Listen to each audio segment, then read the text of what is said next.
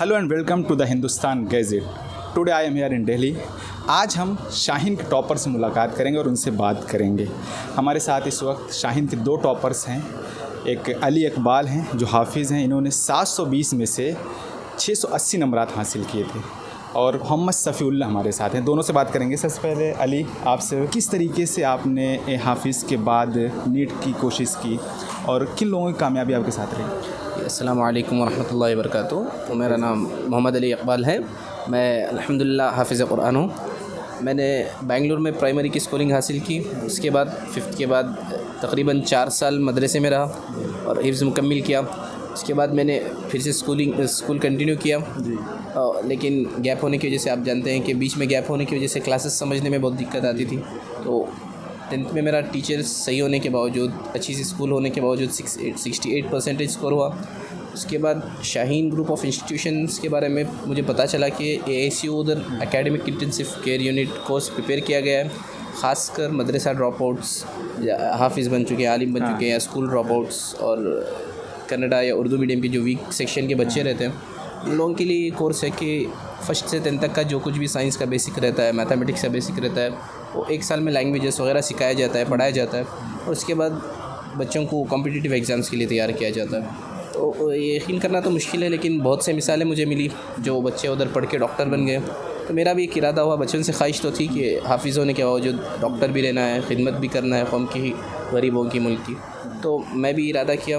तो उधर जाने के बाद तकरीबन 1 साल AICU कोचिंग लेने के बाद मेरा बोर्ड्स 96% से क्लियर हुआ 12th, और इस बार नीट में अल्हम्दुलिल्लाह 680 मार्क्स आए, और इंडिया के टॉप 10 मेडिकल कॉलेजेस में कोई एक कॉलेज में सीट लेने की उम्मीद है। बिल्कुल बिल्कुल। एक मरतबा आप डीमोटिवेट भी हुए थे कि आप कॉलेज में आपका एडमिशन नहीं हो पाएगा, आप नीट क्रॉस नहीं कर पाएंगे।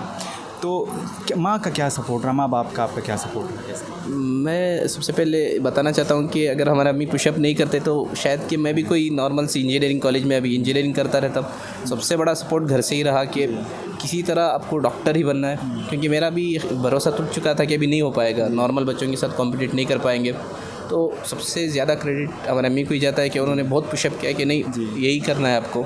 और खदीज सर का कि हम लोगों की परेशानी वो समझते थे, और कोर्स जो बहुत अच्छा प्रिपेयर किए। शायद कि कोई इंस्टीट्यूट में ऐसा कोर्स होगा, इंडिया की पहली इंस्टीट्यूट होगा जो इस तरह का कोर्स तैयार किया गया। जैसे हाफिज़ बच्चे अगर नीट करना चाहें तो क्या चीज़ में अभी जो मतलब जिसके 10 पारे हुए हैं, जिसके 15 पारे हुए हैं, उनके अंदर एक जोश है कि वो डॉक्टर बने, इंजीनियर बने या दूसरे शोबों में जाएं, तो उनके लिए आप कुछ पैगाम देना चाहते हैं? उनके लिए सबसे पहला पैगाम है कि आप पहले पक्का हिफ्ज़ मुकम्मल कीजिए, आपको ज़्यादा परेशान होने की ज़रूरत नहीं है। और अगर आपका इरादा आगे कुछ काम वगैरह करने का भी, उसे अगर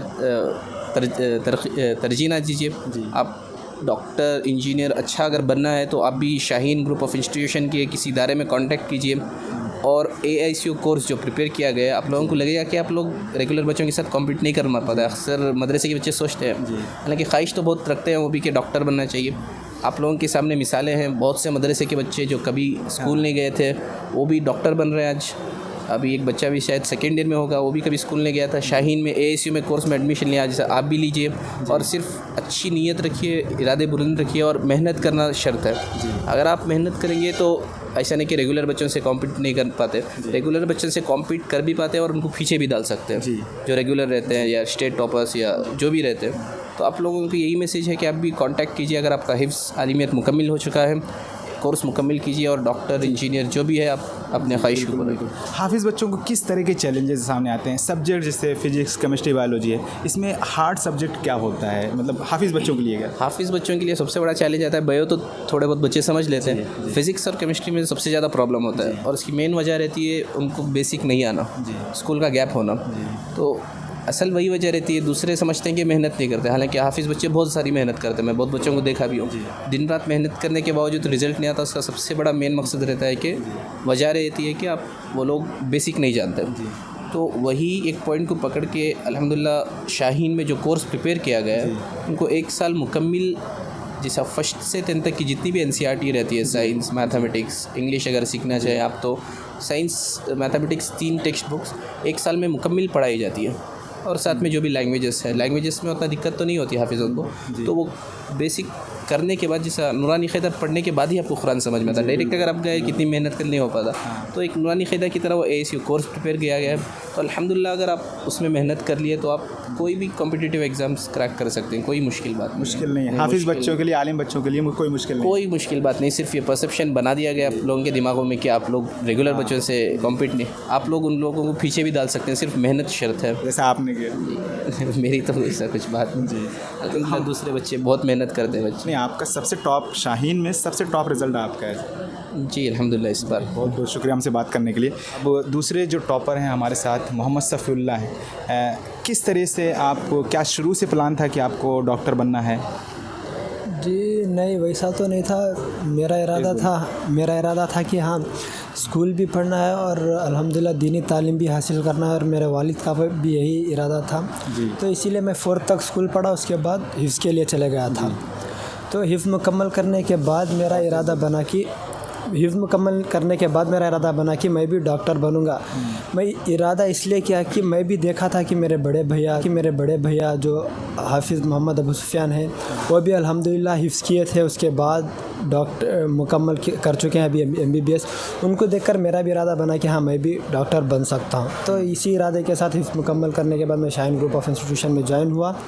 अल्हम्दुलिल्लाह उधर से मुझे बहुत सपोर्ट मिला, और अल्हम्दुलिल्लाह मेरे नीट में 577 मार्क्स हैं, जिससे कर्नाटक के अच्छे से अच्छे कॉलेज में मुझे एडमिशन मिल जाएगा। शाहीन का एनवायरनमेंट कैसा है हाफिज़ बच्चों के लिए, क्या अच्छा है? जी बिल्कुल, बहुत अच्छा है। शाहीन में हमें कुरान पढ़ने का टाइम जैसे फ़जर के बाद 1-1.5 घंटा मिलता है, और जिससे हम कुरान को भी हिफ्ज़ कर सकते हैं। बोले तो उसको भूलने का कोई चांस नहीं है। और पूरा मदरसा माहौल, मतलब जैसे हाफिज़ बच्चे हाफिज़ होते हैं, रमज़ान में उनको तरावी पढ़ानी होती है, तो क्या यहाँ कोई इंतज़ाम होता है? जी बिल्कुल, इस साल तो अल्हम्दुलिल्लाह हमारे 48 जमात बने थे, जिसमें 48 जमात जी, जिसमें एक हाफिज़, 2 हुफ़ाज़ और 6 बच्चे एक जमात, जिससे अल्हम्दुलिल्लाह तमाम हुफ़ाज़ को तरावी पढ़ाने का मौका मिला। जी, इस तरीके से यहाँ बच्चों को ख्याल किया जाता है, हाफिज़ बच्चों का। जी बिल्कुल। और आपका जैसे घर वाले हैं, माँ बाप हैं, भाई बहन हैं, किनका ज़्यादा सपोर्ट रहा आपको? जी, वालिदैन भी बहुत सपोर्ट किए, मोटिवेट किए, और ख़ास तौर से मेरे बड़े भैया जो अल्हम्दुलिल्लाह डॉक्टर हैं, उन्होंने भी बहुत सपोर्ट किया, मोटिवेट किया। किस तरह पढ़ना है वो सब तरीक़े बताते थे।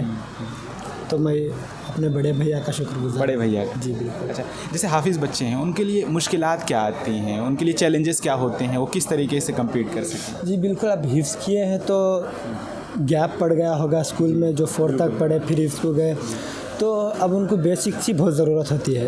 अब ये जो बेसिक्स की ज़रूरत है, वो आप शाहीन ग्रुप ऑफ इंस्टीट्यूशन में आइए, AICU कोर्स ज्वाइन कीजिए, उसको मुकम्मल कीजिए, इंशाल्लाह आप भी अच्छा कर सकते हैं। अली, हम एक चीज़ आपसे जानना चाहेंगे, जिस तरीके से पूरे देश में मदरसे का सर्वे कराया जाए, मदरसे को तोड़ने की बात की जा रही है, बताया जा रहा है कि वहाँ के बच्चे आतंकवादी होते हैं, वो पढ़ते नहीं हैं, उनको क्या कहेंगे?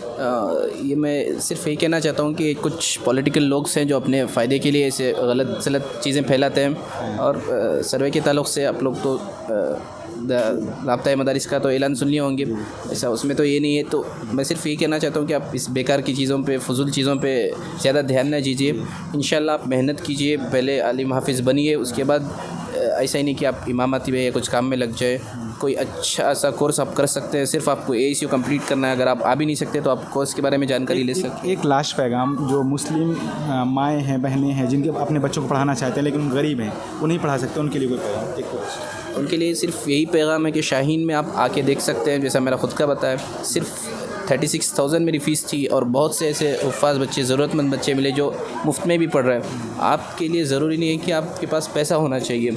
आपका बच्चा अगर सिर्फ मेहनती है तो शाहीन में आना काफ़ी है। आप आके खदीर से कांटेक्ट कर सकते हैं, जो भी आपकी मजबूरी आप बता सकते हैं। तो इंशाल्लाह अगर आपका बच्चा मेहनती है और कुछ पढ़ना चाहता है, बड़ा बनना चाहता है, तो काफ़ी है, पैसा होना ज़रूरी नहीं है मेरा। चलिए, बहुत शुक्रिया आप दोनों का हमसे बात करने के लिए। बहुत